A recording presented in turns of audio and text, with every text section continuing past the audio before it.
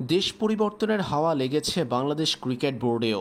দেশের cricket board নিয়ে সাধারণ ক্রিকেট ভক্তদের বিভিন্ন সময় বিরূপ মন্তব্য করতে দেখা গেছে।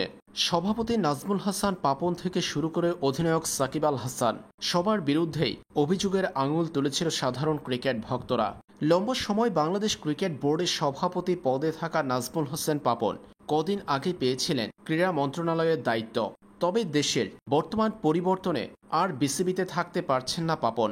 নতুন করে ঢেলে সাজানো হবে বাংলাদেশ ক্রিকেট বোর্ড, যেখানে বোর্ড সভাপতি থেকে পরিবর্তন আসবে অনেক কিছুতেও। লম্বা সময় দেশের ক্রিকেটের যে অবনতি তার জন্য নতুনরা দায়ী করছে গত ২৪ বছর বাংলাদেশ ক্রিকেট দলের সঙ্গে যুক্ত থাকা ব্যক্তিদের।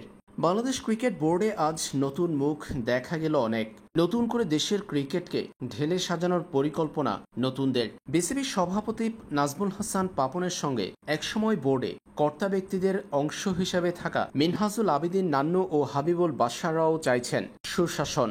দেশের ক্রিকেটের উন্নতিতে সুশাসন চাইছেন তারা। এদিকে এ বছর নারী বিশ্বকাপ অনুষ্ঠিত হওয়ার কথা থাকলেও বাংলাদেশের চলমান পরিস্থিতিতে আইসিসি সেই বিশ্বকাপ আসরটি সরিয়ে নেওয়ার পরিকল্পনা করছে এবং বিকল্প ভেন্যুও নির্ধারণ করেছে নাকি আইসিসি। সবকিছু ঠিক থাকলে বাংলাদেশ ক্রিকেট সাজতে যাচ্ছে নতুন করে।